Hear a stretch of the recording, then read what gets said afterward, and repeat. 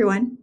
Canva recently dropped several new features that are really cool. We're going to talk about three of them today.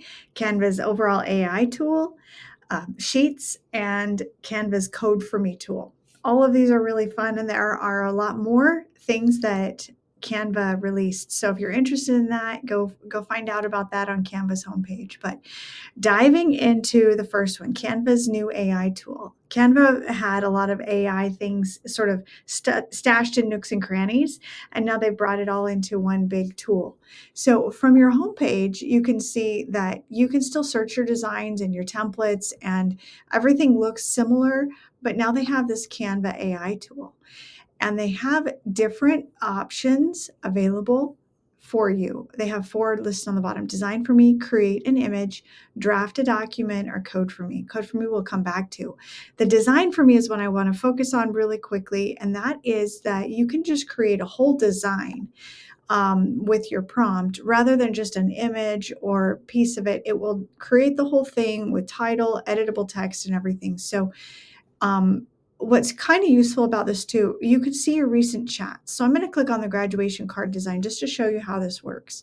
So my prompt was to design a graduation card for a high school student. Now I didn't specify whether it was an announcement or a congratulations card, so it gave me one of each. It gave me several of each, so I can customize that. So let's say I want to use this one for my graduation announcement. Now it's not quite what I want. It's got a little bit of weirdness in the text and stuff. So I can then just click use Canva editor and go and edit those things. I can also change up the colors right off the bat just from my different styles. So that's a really cool feature. You just type in a prompt of what you want to see, and you've got some really cool options that pop up right away. Okay, so that's the first thing. Also in Canva's AI, one of the things that I have to click off this to get back to my stuff. So if I want to create an image, one of the things that you can do is upload other images to use as like references.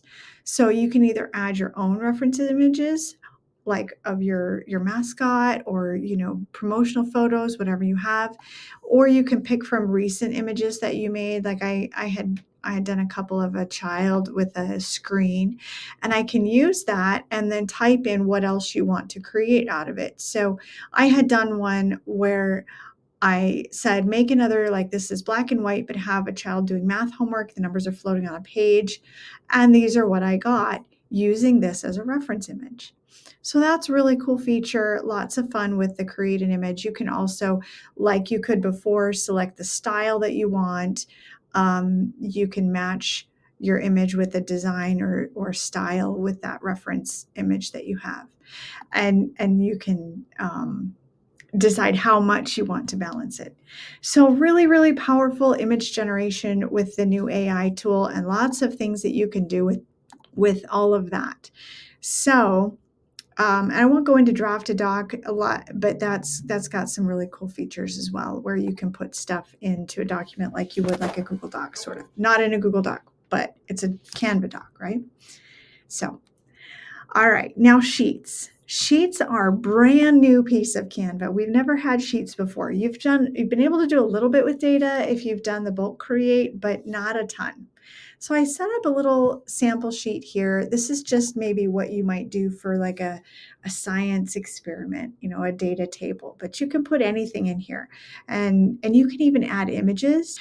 But so these numbers here are just sample numbers for this table. And what's kind of fun here is, now that I've got this Sheets capability, I can do magic charts. I can create charts. You could do this before a little bit, but not nearly as robustly, because we didn't have that access to just look at the sheet that we were dealing with and to have fun with it. So I'm going to choose a line graph for this data, and I'm just going to click to put it in, and there it is. It's my little science experiment here, and I can select the text of the other one and make a sheet out of that also. So, or make a chart rather. So I'll just do a bar chart here for that one. You can edit these, you can customize them, all kinds of really cool things that you can do with the sheets. So that's fun. All right, and then the last thing I wanted to show you, let me back up just a little bit, is that Code for Me tool. All right. I won't back up. I'll stay right here and show you. This is an example of what you can make with this. All right. So this was made from scratch from an AI prompt. And all it does is I have to preview it to show it. It's in this design as a whole website, but you can preview it and then look at what it does. So see if I can get this to, yeah. So you can make these little sorting games or whatever it is that you want to do with your kiddos, and you can customize it exactly how you want. Okay, so that's the example. Now let's go see how this is created here. So I'm going to go back to my Canva AI page, and I'm going to click on not design for me. I want to code for me. All right, so what I did with this, I'm going to take off the reference image here that I had before. So under code for me, there are a lot of different options. So you can put in whatever comes to your mind in terms of your own creativity. But what I based this game off of was make a sorting activity. So, and this is the prompt that I used right here, but you can sort instead of doing a science game, something like fruits and vegetables. Start with an example game, sorting produce into fruits and vegetables. Okay. Now, this could take a while to generate, so you kind of want to leave it and come back to it if you need. So I'm going to keep the part in with immediate feedback and progress tracking. I don't need it to ask me any follow-up questions. I'm going to take that part out. Maybe it'll be a little bit quicker for me. So notice you can also chat with it using your voice so you can describe what it is that you're trying to build. So when I click submit here, it's going to start making the code right there for me. And once this finishes generating, and I'll show you this, you can take this and use it in a design directly. So I'm going to pause the video at this point and I'll let it run and I'll come back and show you what it looks like.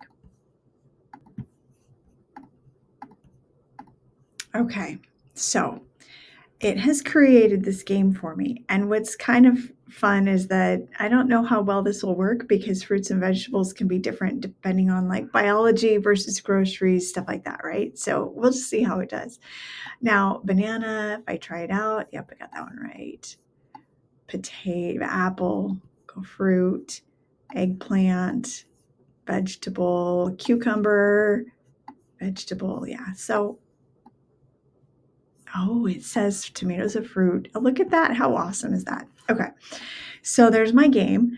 Now, I can at this point give it some instructions to revise if I want, or I can just go out and use this in a design. Okay, so that's what you don't edit the code or have to do anything with the code yourself. You would just use the prompt to code it and revise it. This is called vibe coding, and it's really kind of a new trend that you can do this with ChatGPT. You can do it with lots of different things, but now you can do it with Canva, and it's pretty dang awesome. So if I click use it in a design, now it sends it out to a web page. I can preview it, publish it to a website, and then push it out to my students if I want. You can have your kids make these, or you can make them just for your kids to use. So if I click on this and just click preview, that's what it will look like in a website. So they can play with it, practice with it, whatever you want to make with it. So I hope you've enjoyed seeing Canva's new features, the AI tools, sheets, and the new Code With Me tool. It's pretty amazing, right? Yeah. See you later.